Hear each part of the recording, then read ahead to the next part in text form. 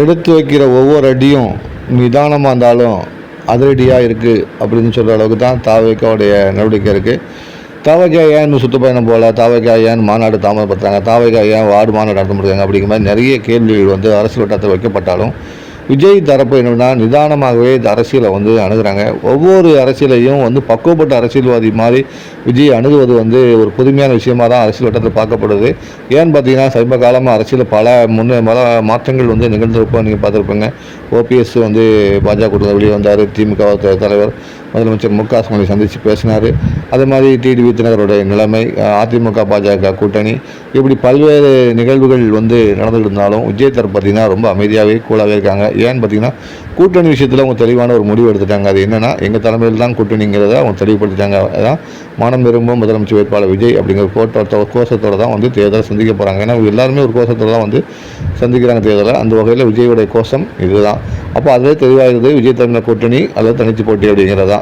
இப்போ யார் எவ்வளோ ஓட்டு வாங்குவோம் அப்படிங்கிற மாதிரி உளவுத்துறை சார்பில் வந்து லிஸ்ட் எடுத்துகிட்டு ஆளுங்கட்சி சார்பில் எதிர்கட்சி சார்பிலையும் எடப்பாடி பழனிசாமி எடுத்துகிட்டு தான் இருக்காரு. அதில் வந்து அதிர்ச்சிகரமான தகவல் வந்து வெளியாகிருக்கு. அது என்னென்னு பார்த்தீங்கன்னா வந்து விஜய் எந்த அளவுக்கு ஓட்ட பறிப்பார் அப்படின்னு பார்த்தீங்கன்னா வந்து 2006 விஜயகாந்த் எந்த அளவுக்கு ஓட்ட பறித்தார் அப்படின்னு பார்க்கும்போது அது வந்து 2 மடங்கு 3 மடங்கு அளவுக்கு ஓட்ட பறிப்பார் அப்படிங்கிறத கருத்து கணிப்பு தகவலாக இருக்குது.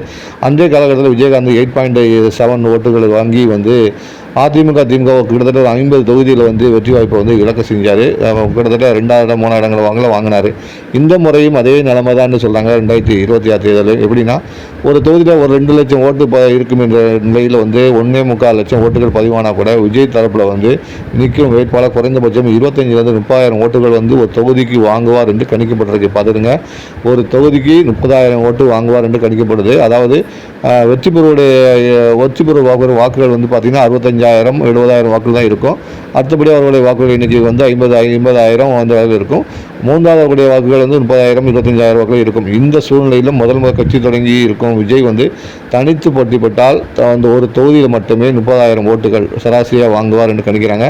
அப்படி வாங்கினானா வெற்றி தோல்விகள் ரொம்ப வித்தியாசமாக மாறுபடும். ஏன்னா கடந்த சட்டசபை தேர்தலே வந்து பார்த்திங்கன்னா வந்து அதிமுக திமுக நெட்டு தான் வந்து வெற்றி பெற்றாங்க. சில ஆயிரம் ஓட்டுகளில் தான் வெற்றி வாய்ப்புகள் வந்து திமுக அதிகம் போச்சு.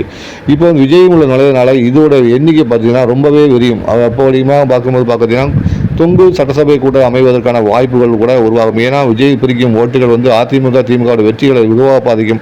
ஒருவேளை அதிமுக 70 இடங்களிலும் திமுக 80 இடங்களிலும் வெற்றிக்கூடிய வாய்ப்புகள் இருக்கும். மீதி உள்ள கட்சிகளை சில கட்சிகள் பெறலாம். விஜய் 10 தொகுதிகளை வெற்றி பெறலாம். அப்படி இருக்கும்போது கூட்டணி ஆட்சிகள் வருவதற்கான வாய்ப்புகள் தான் அதிகம் என்று அரசியல் நோக்குகள் கருதுகிறார்கள். இப்போதைக்கு விஜய் கிளப்பும் இந்த பிரச்சனை என்பது மக்கள் பிரச்சனை என்பது 30,000 வாக்குகளை சிதறடிப்பதனால ஒரு அதிமுக வெற்றியை வந்து பல இடங்களில் தடுத்து முடியும். சுமார் 100 தொகுதிகளுக்கு மேல் அதிமுக திமுகவுக்கு வந்து பெரும் சவாலாக வந்து விஜய் இருப்பார் என்று அரசியல் நோக்கர்கள் கருதுகிறார்கள்.